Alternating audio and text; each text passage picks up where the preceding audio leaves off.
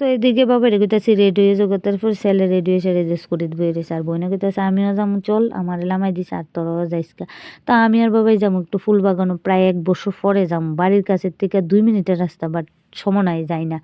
1 বছর পরে যাইতেছে, আমি কই চল দীক্ষায় কি হইতেছে, আর রাস্তার কাজ চলতেছে, রাধানগরতে 30 টাকার গাড়ি ভাড়া, একবার আয় শুধু দীক্ষা যায়, টাইমিং টুমি সব দেওয়া আছে না। আর এই নার্সারিটা মানে এত সুন্দর সুন্দর ফুল গাছ ফল গাছ আছে, যে না আইছে হ্যাঁ জানতো না, কিন্তু যে একবার আয়া দেখা যাইব মনে হইব বারে বারে আয়। তারপরে একটা সুন্দর একটা মন্দির আছে, মন্দিরটা হইছে জয় বাবা লোকনাথ। তো বাবা লোকনাথের একটা মন্দির খুব সুন্দর, আর এই যে কত গাড়ি বাইক সবাই বিকালবেলা আইব ঘুরতে, কিন্তু তোমরা এসেরা গাছের ভিতরে কেউ হাত দিবা না, কোনো ফল পারবা না, পারলেই ফাইন লাগাই দিবা, আর দেখলে তো কইয়া লাভ হই না, কি তা যে কইব মানে সীমানার বাইরে। তারপরে আমি আমার ফেভারিট জায়গাটা যাবো কোন সময়, ওই জায়গাটা আমি অপেক্ষা করতেছি, আর এই যে পুরা এই জায়গাটি পুরা ফুল টুলে ভরা থাকে, কিন্তু কোনো ফুল হইছে না, পুরা ওখানে সারা।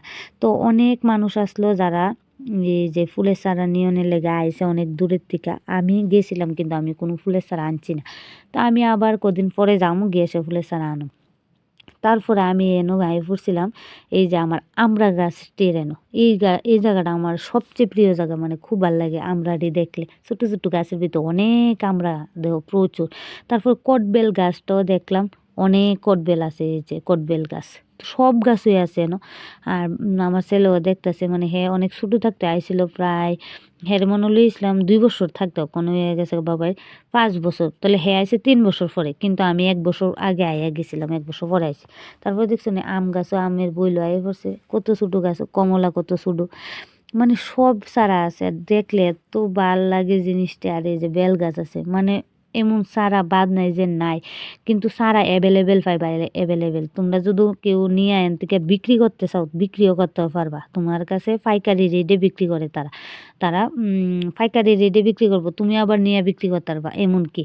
তো অনেক মানুষ এসে এখান থেকে নিয়ে এসে ফুলের চারা বিক্রি করে, ফলের চারা বিক্রি করে।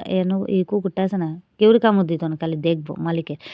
যাক, এরপর আমরা বিকেলে গেছিলাম গে, এদিকে কাড়া গাছটি দেখতাম, তো আমার ছেলে আমার টাইনা লয়ে যেতেছে, ইডির নাম কিতা কইতাম, কিন্তু আমি ইডির নাম জানি না, কেউ যদি জানো তাহলে কমেন্ট করে অবশ্যই কইও।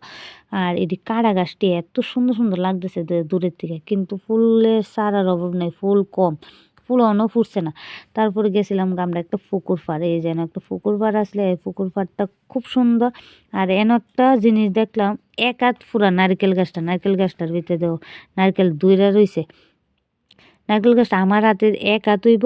আর এত ছোট্ট একটা নারকেল গাছ দেখে সেটা মানে আমি তো অবাক, মানে দেখো কোনো চারা বাদ নেই, সব চারা আছে। আর এই যে অনেক দূরে দূরের থেকে মানুষ এসে অনেক ফুলের চারা লয়ে যাইতেছে। আর আমার স্কুটিটা এনে আসলো, আর কেমন লাগছে কমেন্ট করে অবশ্যই জানাবে, আর ভালো লাগলে দেখা যায়।